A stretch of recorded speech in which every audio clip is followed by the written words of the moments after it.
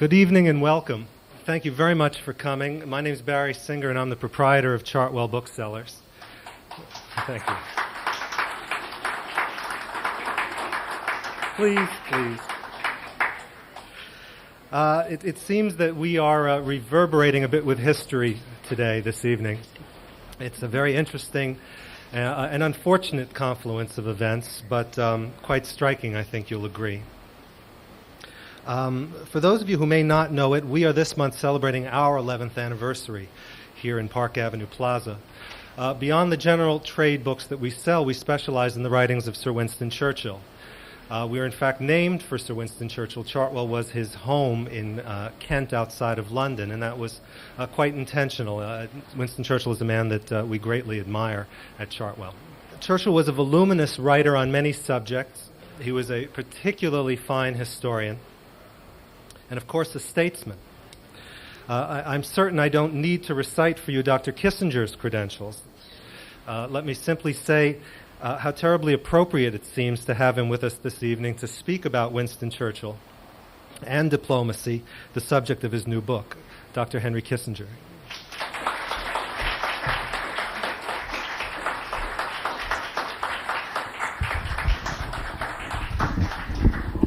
I appreciate this opportunity to be here. During this week, I have not had a great amount of time to prepare anything very formal. So what I would like to do is make a few informal remarks and then take a few questions. Biggest problem of statesmanship is that one has to act on the basis of assessments that cannot be proved true when they are made. I was a professor and I was a practitioner. And so I've had experience of both perspectives. As a professor or any other outsider, you can pick your subject. You can work on it for as long as you wish. You are responsible in your conclusions only to your own judgment or to the judgment of your peers. And you have the privilege of changing your mind. The statesman has his problems imposed on him. His biggest challenge is there's almost always a shortage of time. There's always a temptation that the urgent drives out the important.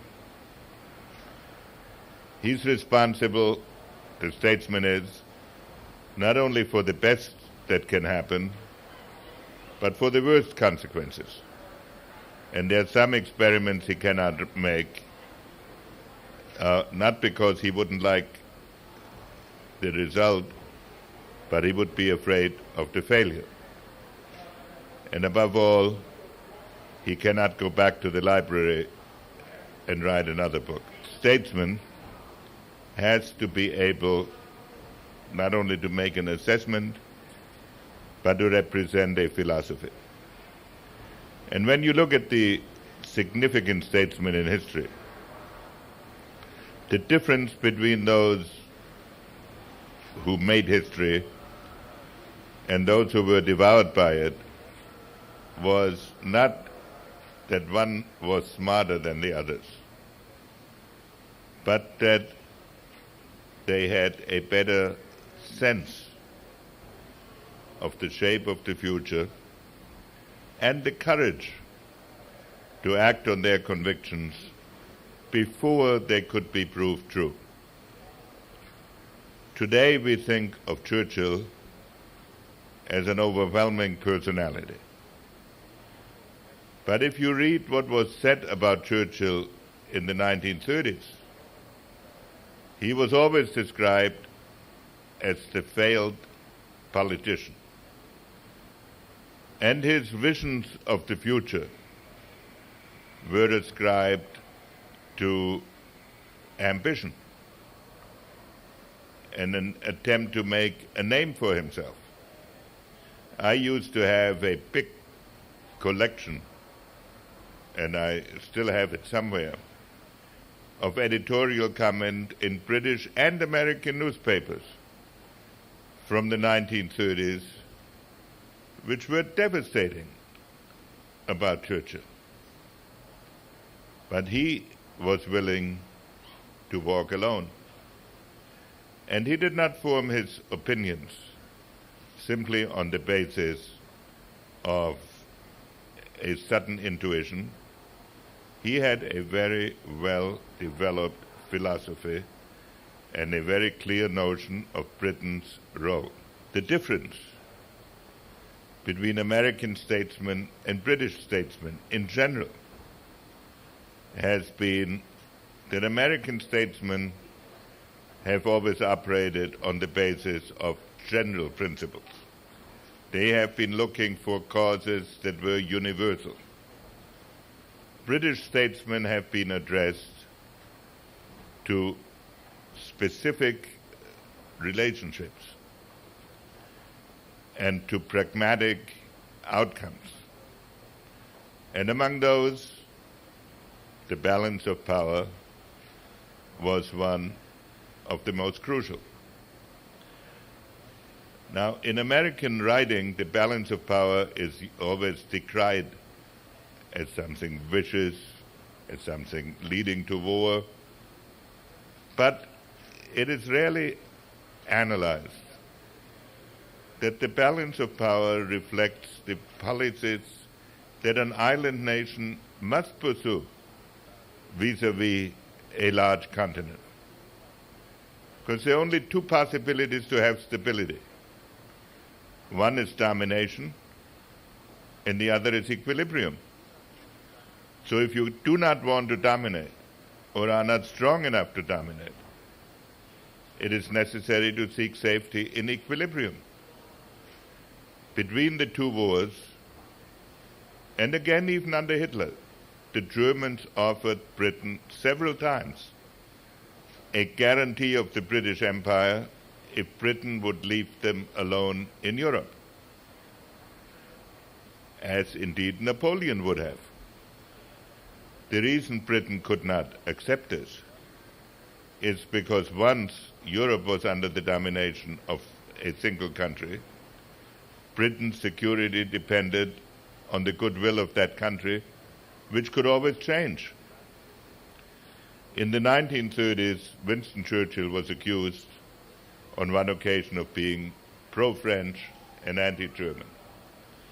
And he wrote a long essay in which he listed all the alliances Britain had made throughout its long history. And he said it would have been tempting and it would have been easy to make an alliance with the stronger and share his spoils. But we always took the more difficult course and strengthened the weaker against the domination of the stronger. If circumstances were reversed, he said, I would be pro-German and anti-French.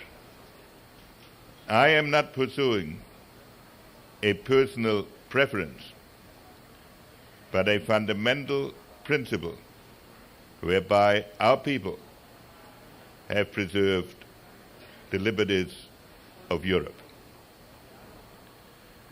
Now, the irony of the present situation is, and I do deal with it somewhat in my book, that the United States now finds itself geopolitically in a situation very similar to the one of Britain in the 19th and early 20th century. Vis-à-vis Eurasia, we are an island with inferior resources if all of Eurasia were marshaled against us.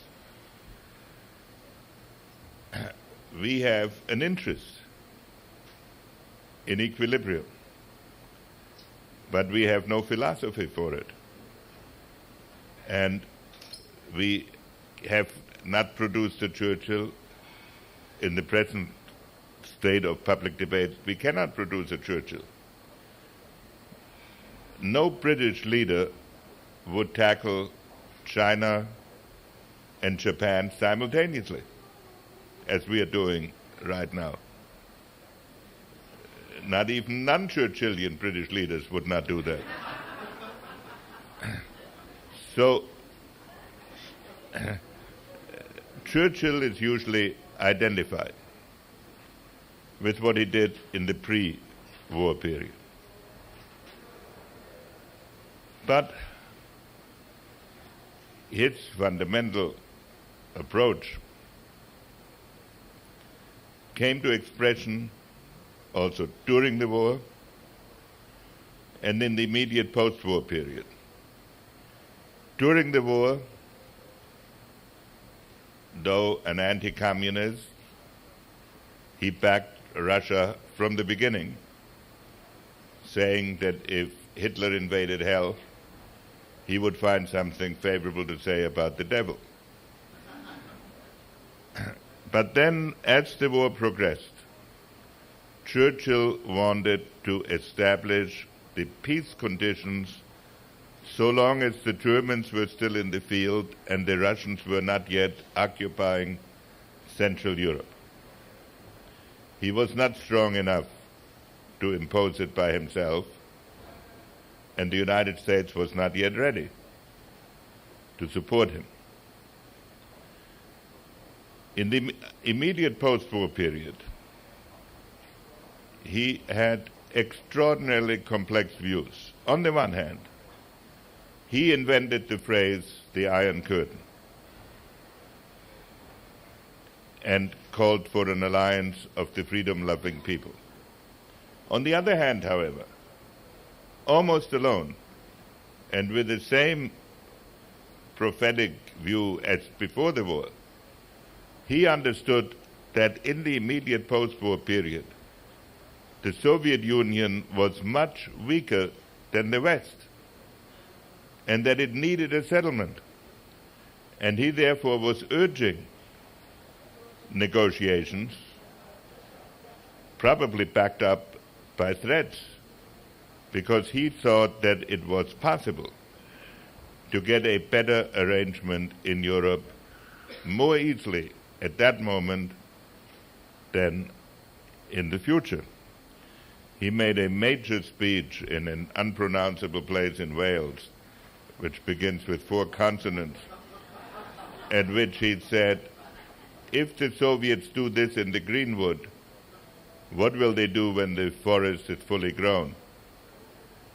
And his ideas were not accepted at that time. And then he made another effort in the early 1950s to promote negotiations around the time of Stalin's death. At that point, it was too difficult because at that point, the Atlantic Alliance would probably have disintegrated if there had been a major negotiation. But my major point is that the greatness of Churchill was not cleverness, but foresight, and that he was willing to stand alone.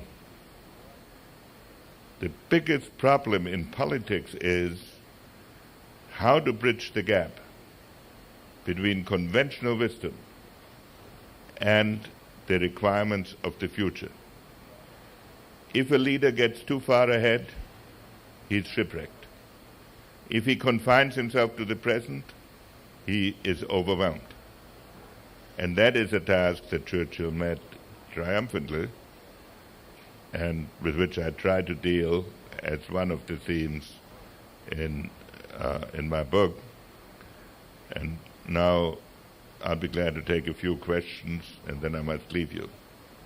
The question is whether our position vis-à-vis Eurasia is not more similar to Britain's in the 20s, when it didn't know whom to ally itself with, than in the 30s,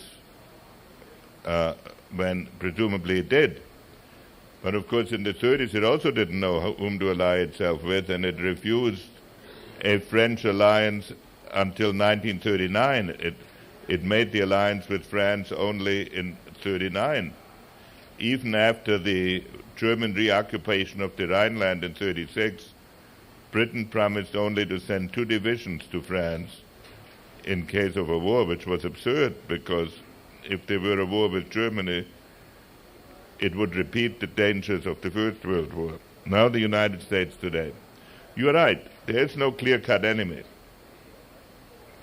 And therefore, I believe the wise policy for the United States is to try to be closer to all of the major countries, or at least as close to the other major countries as they are to each other.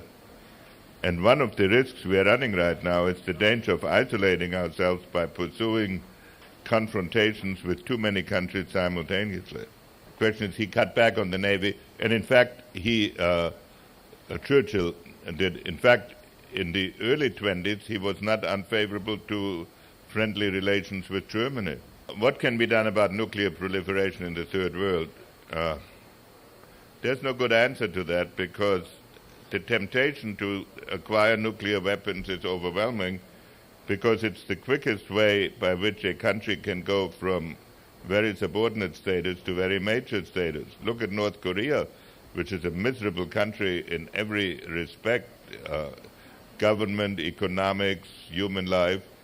But by developing nuclear weapons, it acquires a major international voice. Now, one of the things that is often done is to promise a country that develops nuclear weapons a lot of economic aid if they give up their nuclear weapons. The trouble with that approach is that it almost invites nuclear proliferation, so that countries at a minimum create a nuclear program so that they have a claim for economic aid when they give it up. And giving it up is never very easy to determine. I find it hard to believe that almost anything that has been done in the Bosnian situation up to now has made it worse. If it had been left alone altogether, they would probably have settled by now due to exhaustion. The half-hearted interventions have had the result of forcing the pace of events and leading to no progress, because if you look at the Serbian conquests in between every ceasefire continue. And the problem with Bosnia is there has been no clear-cut objective.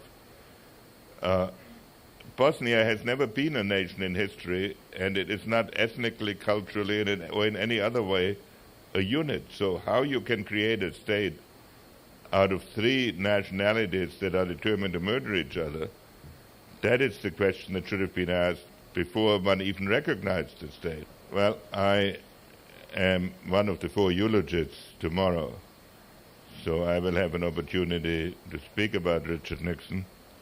But I believe Richard Nixon will go down as one of the seminal foreign policy presidents of the United States, with a broad strategic view. And I'm very happy that he lived long enough to be vindicated. Make this the last question, this young lady here. First of all, I do not like the human rights performance of China. But also, here's a country of 1,200,000,000 people that has governed itself for 3,000 years without noticeable assistance from the United States. And they take the view that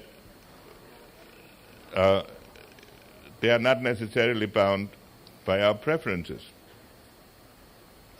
Secondly, it is a country of a size and of a weight that it is very hard to imagine stability in Asia without it.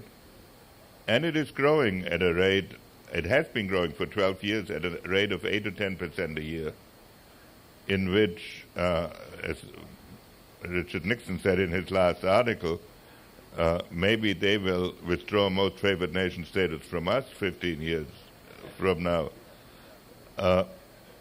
We have to balance our human rights concern against other interests we have. in China. And I believe that the best approach would be, and I think it is possible, to negotiate one final package with the Chinese of 3, 4, 5 things they will do now, after which we will then remove the MFN issue from the agenda. If we keep it up, we are going to have a breach with the most rapidly developing nation in Asia, and we will achieve neither human rights nor other objectives in that area. And the decision that the president has to make in the next 6 weeks is very serious. And I'm convinced he's looking for a way to go in the direction that I indicated. They are not spoiling for a confrontation, but they may slide into it. I'm afraid I have to leave you. Thank you very much.